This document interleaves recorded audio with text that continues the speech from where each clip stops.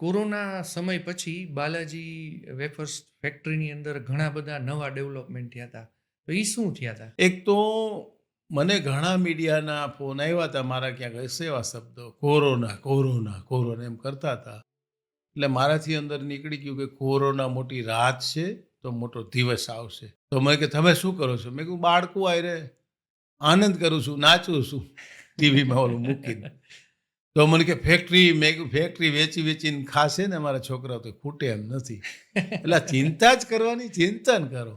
હમ. એટલે આજે બાલાજીની આખું વર્લ્ડમાં જે મુસીબત હતી એમાં ઇન્ડિયા વધારેમાં વધારે ગ્રોથ કર્યો. Right. તમે કોરોના પહેલાનો કેટલો ટેક્સ હતો અને આજે કેટલો છે, બરાબર? એમ બાલાજીએ પણ તમે જોઈ લેજો, નેશનલ જ્યોગ્રાફી અને બાલાજી નાખશો એટલે એ આજે જોવા મળશે. કોરોના કાળમાં અમે બેઠા નહોતા રહ્યા, હમ. ત્યારે મોટું એક્સપાન્ડ કર્યું અને ત્યારે અમે લોકોને વધુ રોજી આપી, વધુ લોકોને. અને એમાં અમને કંઈક સરકારે પૈસા આપ્યા. એવું કંઈક સ્કીમ હતી કે જે એ ટાઈમે માણસને કાઢી ન નાખે, નવા રાખે ને એને કંઈક, એટલે એવા સારા એવા અમને પૈસા મળ્યા.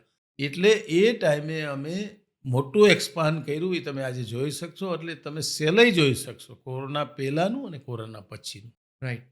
જે મુસીબતના સમયમાં વધુમાં વધુ સેલ બાલાજીએ કર્યું. મોકે પે ચોકા માર દિયા અમને. સમજ્યા? બધા બેઠા રહ્યા, કોરોના કોરોના કર્યા રાખ્યું. અમે ત્યારે મોટું એક્સપાન્ડ કર્યું. પણ નો ડાઉટ એક રિસ્ક કેલ્ક્યુલેટેડ કરવું એને બિઝનેસમેન કહેવાય.